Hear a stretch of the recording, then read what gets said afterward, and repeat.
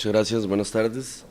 Agradezco la invitación de parte de la universidad. Me gustaría aclarar que vengo a título personal y académico, y también agradecer las fotos que me han sentido hacerme famoso, parece. Mi intención con la siguiente ponencia es tratar de tener un acercamiento teórico, conceptual, de discutir algunos de los conceptos del Holocausto y el genocidio, y plantear algunas ideas, algunas preguntas, y por qué desde mi punto de vista en particular no me parece que el Holocausto judío pueda ser utilizado como paradigma de holocausto para entender otros fenómenos históricos de naturaleza similar. Entonces, la primera parte a la que me gustaría referirme es toda la discusión que hay en torno a qué se recuerda y qué se olvida, ¿no? Desde la academia tenemos esta historia académica, por decirlo de alguna manera, en la cual recordamos lo que tenga que ver más con fechas, más con eventos, más con hechos que podríamos decir son más concretos o tienen un sustento empírico más comprobable, ¿no? Sin embargo, no necesariamente la memoria de las personas o la memoria colectiva funciona de la misma manera que esta historia académica. ¿A qué me quiero referir con esto? Que lo que nos acordamos y lo que olvidamos está muchas veces mediado por contextos históricos, políticos y sociales muy específicos, y sobre todo muy importante para esta discusión, creo yo, es el hecho de que la memoria básicamente también tiene un fin político, ¿no? Es decir, lo que se recuerda no se recuerda de gratis, sino que se recuerda con algún tipo de objetivo, ¿no? Y entonces me pareció muy interesante los aportes que hacía el director Chirino al respecto de toda esta política en Francia, de qué se puede olvidar, qué no se puede olvidar, qué cosas se pueden decir, qué no se pueden decir. Me parece que es muy evidente al respecto de cómo se puede manejar esa memoria histórica con fines políticos. Y lo digo que es reciente porque justo el gobierno francés tuvo una participación bastante amplia de apoyo a la expansión nazi cuando estaba Vichy en el poder, y digamos que fue un episodio de la historia francesa que también se olvidó, y mucho tiempo después fue que se vino a recordar. Hubieron también algunos campos de concentración en el territorio francés. Entonces es interesante ver cómo lo que se recuerda y lo que se olvida tiene que ver con contextos muy específicos y de quién dice que se recuerda y quién dice que se olvida, ¿no? Esos contextos, además, ¿verdad?, de ser contextos muy específicos, están mediados ideológicamente. Es decir, siempre hay un sustento ideológico que nos hace recordar algo o no recordar, ¿no? Y voy a poner un ejemplo muy sencillo, muy básico, incluso, y es posiblemente que si usted sigue algún equipo de fútbol, prefiera recordar los triunfos de su equipo que las derrotas de su equipo, ¿no? Este tipo de asociaciones que tenemos todos como seres humanos están muy presentes también en las cuestiones políticas y sobre todo en la construcción de estos grandes hitos de la humanidad o de la historia moderna al menos. La memoria está construida básicamente, la memoria cotidiana, no solo por lo que aprendemos en la escuela, que ya hay una decisión de qué es lo que se nos va a enseñar y qué es lo que no se nos va a enseñar, ¿no? A qué le van a tomar importancia de nuestra historia patria, o si vamos a ver solo historia patria y no historia del país vecino, o qué eventos sí y qué eventos no. Bueno, esa es una parte de la memoria que tenemos. Luego tenemos dentro de esta memoria oficial lo que son los edificios, por ejemplo, tenemos las estatuas, tenemos las conmemoraciones, tenemos las actividades. Así tenemos en cuenta que hay memorias que se merecen un día escolar, ¿no?, un día libre, qué sé yo, los estudiantes hacen cosas distintas, y hay otros días que no necesariamente tienen esa construcción, ¿no? Entonces, esos son otros elementos que hay que tomar en cuenta y a la hora de preguntarnos por qué recordamos unos hechos políticos y otros hechos políticos sencillamente no se recuerdan de la misma manera, ¿no? Ahora, específicamente con el tema del Holocausto, quisiera, digamos, que partamos de la reflexión, que a mí me parece el punto más importante, de cada vez que decimos holocausto, tenemos una idea, ¿no? Tenemos una idea más o menos clara de a qué se nos está, de qué se está hablando. Entonces yo lo que quiero es que de alguna manera pudiéramos reflexionar cómo fue construida esa idea, ¿no? Es decir, Hace 50 años decían holocausto y no significaba lo mismo, hace 100 años decían holocausto y no significaba lo mismo. Es decir, también los conceptos son territorios de disputa y son un proceso de construcción que finalmente lo que tenemos son los resultados de ese proceso de construcción, ¿no? Entonces, básicamente, holocausto lo que significa es, no significa exactamente gran desastre o gran calamidad, ¿no?, sino que la palabra holocausto lleva implícita una cuestión sacrificial. Es decir, cuando alguien fue asesinado, por lo general en masa, en torno a cierta deidad o a cierta entidad superior o cuestiones de este tipo. Se utilizó la palabra holocausto para describir las guerras medievales, por ejemplo, muchas veces se utilizó precisamente por ese tono sacrificial. Y en la época moderna, la primera vez que se utilizó la palabra holocausto fue para referirse a la matanza de armenios en el Imperio Otomano, que estaba desarmándose, no estaba llegando a su final. Entonces, ¿qué es lo que quiero tratar de plantear con esto? Que la construcción de la palabra también tiene una historia, ¿no? Y no todos los círculos de estudios del holocausto judío están de acuerdo, digamos, en utilizar la palabra holocausto. Y tienen varias razones.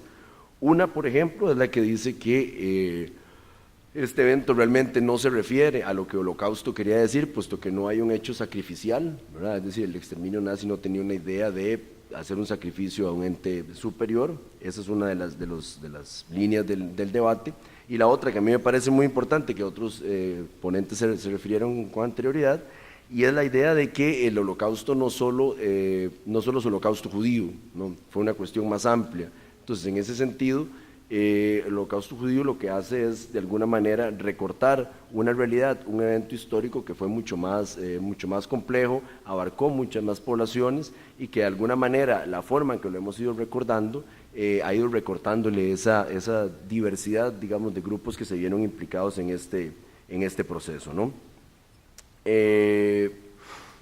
Sigue siendo, digamos, importante tener en cuenta, de que voy a hacer una digresión sobre algo a lo que se refirió el doctor Soto, de esta idea de cómo el darwinismo social tiene una visión particular de lo que es la dignidad humana, y que finalmente conlleva en la Alemania nazi a lo que sería uno de sus extremos. Ahí me gustaría hacer básicamente dos precisiones nada más. Una de las precisiones que me parece muy importante es que esta idea del darwinismo social evidentemente no es una idea alemana, por decirlo de alguna manera, sino que esta idea del progreso social, de la mejora, es una idea que está enraizada desde los ilustrados de finales del siglo XVIII y que atraviesa todo el siglo XIX y todas las revoluciones del siglo XIX. Tanto el liberalismo como el comunismo, como las otras doctrinas políticas que nacen en el siglo XIX, tienen su esencia en esta idea de progreso social, ¿no? Dentro del comunismo, aquellas famosas etapas de los modos de producción marxistas, en donde la última sociedad iba a ser la mejor y iba a ser la sociedad comunista, y en el caso del liberalismo, pues la idea del Estado democrático, la libertad de comercio, y que también finalmente esta comunidad internacional de mercado sería la que significaría el mayor progreso, ¿no? Entonces, esa idea de darwinismo social estaba presente bastante en el siglo XIX, se deriva de Darwin porque incluso, esto sería ya otro tema, pero en el siglo XIX la forma de pensar de la mayoría de los grupos políticos, económicos que estaban en el poder, tienen que ver con esta idea constante del progreso, ¿no? Entonces, ¿por qué me parece muy importante esa precisión? Porque incluso hasta en el día de hoy seguimos viviendo dentro de esa lógica del progreso, ¿no? Es decir, yo siempre lo digo, ningún candidato a la presidencia va a llegar a presidente o a presidenta si no promete que el país se va a desarrollar, ¿no? Es decir, hay que traer el progreso. Cuando finalmente se vuelve algo muy, muy etéreo, y insisto, lo que quiero que entendamos es que esta línea de pensamiento no es una línea exclusivamente alemana, ¿verdad? Sino que eso puede pasar, o sea, el hecho de que pasara en Alemania tiene que ver con condiciones muy específicas de Alemania, pero pudo haber pasado en otros países, ¿no? Y esa es la otra precisión que me gustaría hacer. La situación que tenían los judíos en Alemania antes de la Segunda Guerra Mundial, obviamente, no era privativa de Alemania, ¿no? Es decir, no la pasaban muy bien tampoco en Francia, tampoco la pasaban muy bien en el Imperio Ruso, tampoco la pasaban muy bien en Gran Bretaña, es decir, en el resto de Europa tampoco es que la situación con respecto a las poblaciones judías tenían una característica diferente, ¿no? O sea, y mucho del pensamiento que finalmente se termina aplicando en Alemania, era ampliamente apoyado por otros grupos, ¿no? Está esta famosa historia donde el creador de los autos Ford, no, Henry Ford, del modelo T, le envía un modelo T a Hitler, digamos, de felicitación de la política social que estaba llevando a cabo en Alemania y que esperaba que pronto ese tipo de cosas se pudieran llevar a cabo en Estados Unidos. Entonces, lo que estoy tratando de plantear es que esta idea de que lo que pasó en Alemania fue una cosa muy particular de cierta época, más bien hay que verlo como en una amplia perspectiva y con consecuencias distintas, ¿no? Siguiendo con el tema del uso del holocausto como concepto, después de la Segunda Guerra Mundial es cuando básicamente se refiere el holocausto, se recorta a la situación, digamos, la situación de la matanza de las poblaciones judías en la Alemania. Y la particularidad que tiene esto del holocausto fue que se popularizó con esta palabra y no con el de Shoah, que muchos grupos judíos prefieren utilizarla, que es un poco más exacta y no tiene esta idea sacrificial, pero lo interesante es que tuvo éxito la construcción del holocausto, sobre todo en el mass media, ¿no? En la cultura popular. La cultura popular tuvo un papel, o también los medios de masa jugaron un papel muy importante en la construcción que tenemos hoy del holocausto, ¿no? Hay un ícono, una película icónica del 78 de Meryl Streep que se llama El Holocausto, y de ahí en adelante han habido otro montón de películas que nos han ido retratando una y otra vez esa realidad, y por eso es que me parece importante discutir si el holocausto realmente, que estamos utilizando, nos sirve para entender otros fenómenos históricos que también pudieran llamarse holocausto, ya como lo decían otros compañeros antes, ya sea el holocausto armenio, la situación de los palestinos en Gaza, la situación que está pasando con los yazidíes en el norte de Irak. Entonces, lo que quiero que se problematice un poco la idea que de holocausto no necesariamente sirve para interpretar otros fenómenos políticos y económicos, ¿no? La otra parte de lo que quería presentar tiene que ver con la idea de genocidio, ¿no? ¿Y qué significa genocidio? Que como igual los ponentes anteriores hicieron una reflexión bastante cercana, digamos, a la cuestión del derecho internacional, que a mí me parece fundamental para entender esta idea de genocidio. ¿Por qué? Porque básicamente habría que cumplir ciertas reglas. No sé si reglas, habría que cumplir ciertos requisitos para que una situación de esta naturaleza sea considerada genocidio. Básicamente la cantidad de población que ha sido asesinada, la razón por la que la población ha sido asesinada, que tiene que ser una razón cultural, ya sea la religión, la etnia, el color de la piel en algunos casos, y la forma en que ha sido asesinada esa población, que tiene que ser básicamente de una manera sistemática, es decir, tiene que haber una aplicación de la técnica a el acto de asesinar, ¿no? Entonces, en este sentido, genocidio tiene